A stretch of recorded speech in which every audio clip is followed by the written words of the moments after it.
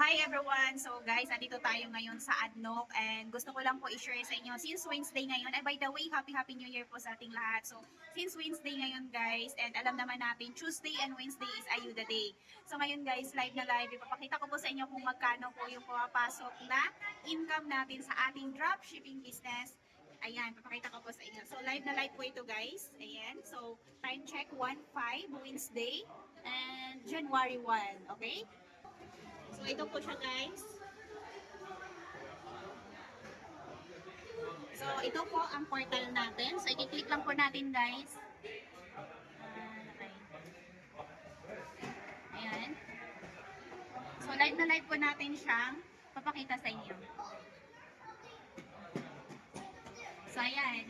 Wednesday, January 1, 2025. Ayan. So, click lang po natin ang JC Wallet. Ayan, merong JC Wallet Cash.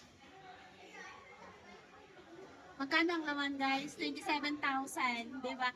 27,000 pesos po ang laman ng ating JC Wallet guys. Within 2 weeks ito siyang kinikita dito sa ating dropshipping business. So, extra income lang po siya guys. So, kung ikaw ay isang OFW or kahit hindi OFW na naghanap ng extra income or any side hustle na pang lifetime at pwedeng ipamana, guys, ako na po mismo magsasabi sa iyo, mag-dropshipping business ka.